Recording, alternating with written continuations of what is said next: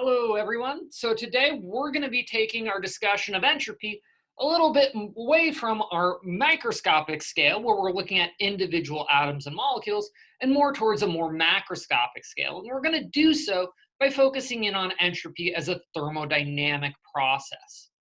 So again, in order to do this, we're going to essentially start working in a isolated super system, kind of like what we've done before, where we're going to mostly focus in on the entropy change of our system. However, the second law only gives us information about the entropy change of a total isolated super system. So we're going to do, in order to determine the entropy of the system, we're going to also have to build up a description of the entropy of the surroundings. And we're going to essentially look at a simple transfer of energy as heat from our surroundings to our system and figure out how this will change the entropy of our system, our surroundings, and our super system. So looking at our system, we know that the entropy of our system is going to increase when heated. But we need to try and build a good equational description of how this entropy changes. And we're going to do so by describing it based on the minimum amount of heat needed to drive a change or a process inside this system. So if I have some description of property or description of my system, I'm going to be looking at the minimum amount of heat needed to cause that rearrangement, not the actual amount of heat used. And this is going to give me some information about how the microstates inside my system change. And again, not too surprisingly, we're going to see that if I add more heat into the system, the entropy of the system is going to end up increasing because I have more microstates available. However, turns out we also need to define our entropy change based on the temperature of my system, because the higher the temperature, the less an impact a given amount of heat has. And we saw this a little bit when we looked at the micro scale. However, one of the useful things about defining the amount of heat being added to the system as a reversible or minimum amount of heat is this ends up constraining my system. So this heat value can only, so any given heat value has essentially the minimum amount of heat it requires, which turns it into a state function. And this means that I can go ahead and get the macroscopic change of my entropy simply based on my initial and final conditions, because we love state functions. It makes our integrals a whole lot easier to use. And again, one of the big advantages of using this minimum amount of heat is this use as a state function. And this means that my entropy is only going to depend on the initial and final states. So if I'm looking at the entropy change of any sort of closed process, where I say go from some initial state through some intermediate state back to an initial state, while I may have added a whole bunch of heat into my system, the minimum amount of heat, or the reversible heat, is going to be 0. And this is going to give us a lot of flexibility when describing the behavior of a system. Because again, I'm not going to be looking at how at the favorability of any given path, but simply based on looking at the favorability of how possible is it to go from some initial state to some new state. And this makes the use of a state function for entropy incredibly powerful. Now, with this essentially state function description and our definition of entropy as dependent on the minimum heat and temperature, well, what we can do is start building up a better description of our total entropy. By dividing it up into the change in entropy of my system plus the entropy of my surroundings, we can then go ahead and combine this with the second law of thermodynamics, which essentially says that in order for a process to spontaneously happen, so I don't have to put in energy, it has to be greater than 0. And this yields what's called the Clausius inequality, where my total entropy can be defined as the sum of my system and surrounding entropy, and this has to be greater than 0. So this actually tells us a lot about chemical behavior, because it's going to actually be possible for a system to decrease in entropy. I can have a negative change in entropy, But in order to do so, I have to have a much greater increase in entropy of my surroundings.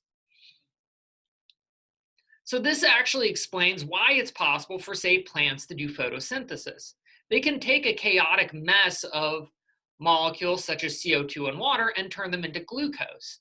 But in order to do so, what's happened is they've increased the disorder of their surroundings. They've essentially put out a whole bunch of heat and a whole bunch of byproducts into the surrounding environment. So this actually tells us a lot about how life occurs. We make, in order to make ourselves organized, we leave the world around us a bit of a mess. However, we're going to be focusing a little bit more on this energy transfer definition. So we can actually build up a description of the entropy of our system based on the minimum amount of heat it takes to cause a change and the temperature of the system. However, we also need to account for there being some degree of disorder in our surroundings. So this is going to be described based on the transfer of heat of our surroundings and the temperature of our surroundings. So this ends up giving us a net description of the total entropy of our grand super system based on the amount of heat being transferred. So again, the minimum amount of heat required to drive a process and the actual amount of heat provided by the surroundings. And again, with the temperature of our system and surroundings. And this whole function has to be greater than 0. However, let's be honest, we're not always the best at figuring out what's happening around us.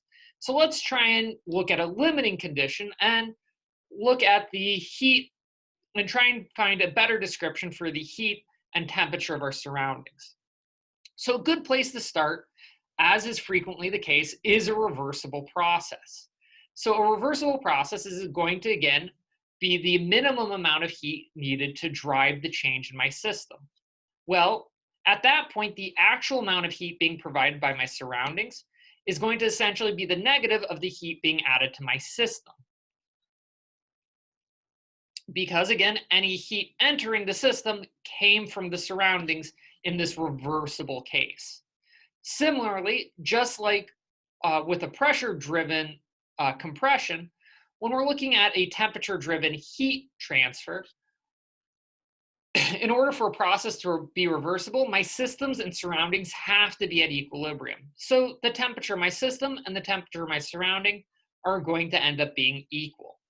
Now, what we can then do is say that my temperature of my system, by definition, my entropy of my system is going to be related to the entropy of the heat, the minimum amount of heat going into my system, and the temperature of that system.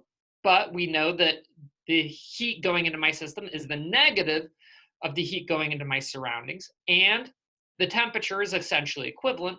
So what we have is these two expressions are going to be identical. Well, this expression is just a reformation of the negative of the entropy of our surroundings. So what we can then do is go back to our Clausius expression. Again, the entropy of my surrounding, the entropy of my total supersystem is going to be equal to the change in entropy of my system and surroundings. Well, these two are equal but opposite, which means that when I add these two together, this is going to be 0. And it turns out that the total entropy change for any reversible process is going to always be 0. And this is actually an important description of what makes a system reversible. Because if I have a reversible system and my two temperatures are identical, well, this means that actually my heat can flow this direction or this direction. Because again, the actual value of this heat won't matter. It's going to essentially always yield me a total entropy change of 0. And one of the reasons why the value doesn't matter is because it's so infinitesimally small that we have just as much heat flowing from here to here as here to here. So this is an important definition of what makes a reversible system. And we already saw this a little bit with expansion and compression.